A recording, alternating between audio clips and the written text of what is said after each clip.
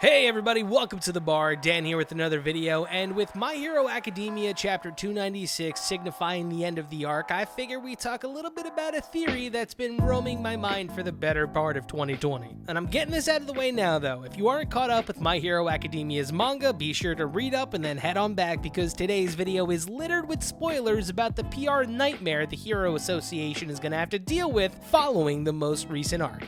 So, do me a solid and help keep the lights on by subscribing to the channel and hitting that notification bell, and let's hit the bar.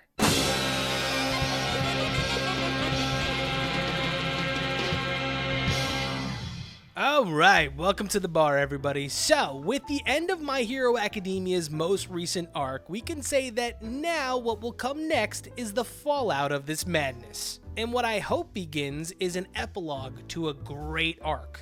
Look, leaks and spoilers aside, this incident won't just be brushed over. Tons of people just died, in addition to first-year students participating in an unsanctioned small-scale war. The government of Japan is bound to be like, whoa, what's going on here? Where's the regulation? Who signed off on this?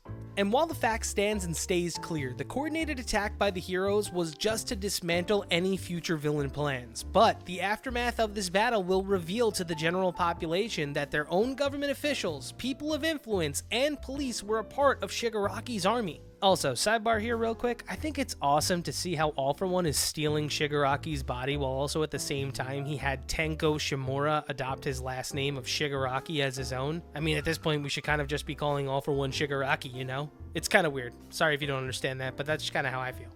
Anyway, if the button does get pushed any further, the discussion will be whether or not it was an ethical decision to let the Hero Association run lead for what they deemed to be a villainous organization. I mean, right now, from the point of view of the government and the police, the only crime that was committed was, harboring known villains. That alone gives them cause to invade, but beyond that, that's pretty much the only thing I would say was going on.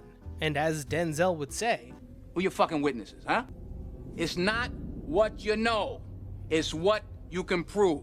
The hospital? Not so much. Either way, I have a feeling a lot of people are going to jail here. But this whole perspective is the only thing that separates hero from villain thing. It kind of reminds me of All For One's monologue in the most recent Vigilantes chapter, and how he says that being a villain is just based in, imbalance. So, with most of society finding out that Hawks murders villains and Endeavor is an abusive father, faith in heroic society is probably hitting an all-time low. And yeah, the incident with Shiggy leveling a town, that just lets people know that he is the bad guy.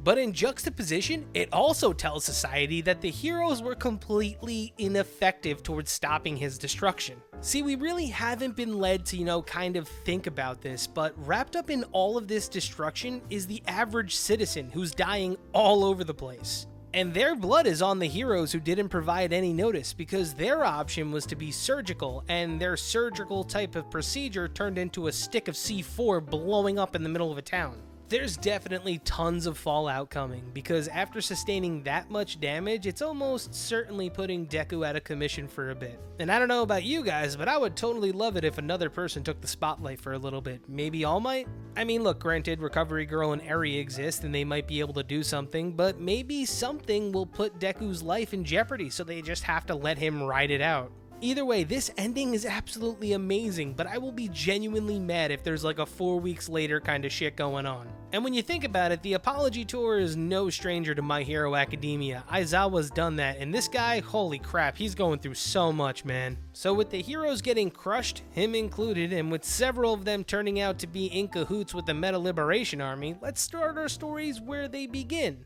So I guess from here, my theory is that it's going to be a slow burn, but the fall of heroic society is slowly coming. Because the main goal for All For One is to take the ideology around being a hero and crush it. So I mean, the first question that I'd have to ask is what the government is going to do from this. We've met the police in My Hero Academia before, and if you're not acquainted with that side of My Hero Academia's universe, I suggest you check out my video on the difference between police heroes and vigilantes. Hold on one second, I'll put it in a card. There you go. Go ahead and click that video above and you'll learn all about how cops operate in My Hero Academia. But long story short is, the person who already runs the police force has zero faith in heroes whatsoever, so he's literally just looking for the reason to be like, Hero Association, you guys are out, contract done.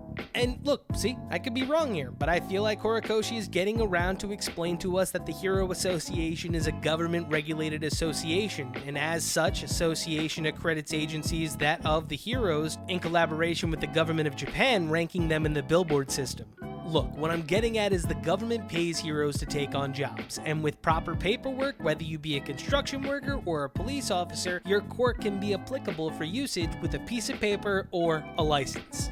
All that a hero license does is enable somebody to use their quirk to capture or detain somebody who's using their quirk unlawfully. So with that being said, the government can just be like, yeah, the association needs to overhaul their requirements for what it means to be a hero. I actually assumed in another video that Deku's father was going to be a politician and he's going to go to UA and the Hero Association and be like, yo, why aren't you guys registered with the government, and why is a license so easy to be acquired?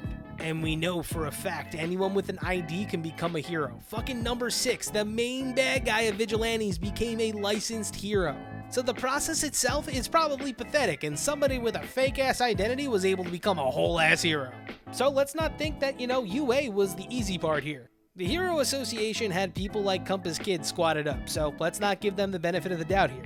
My guess is if they did any form of ethics review, they probably would have found out that Endeavor is a wife-beating piece of shit.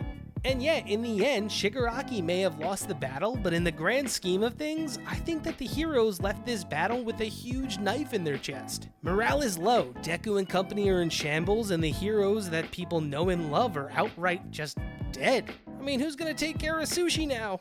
And if a jailbreak is coming, who's gonna stop Shigaraki?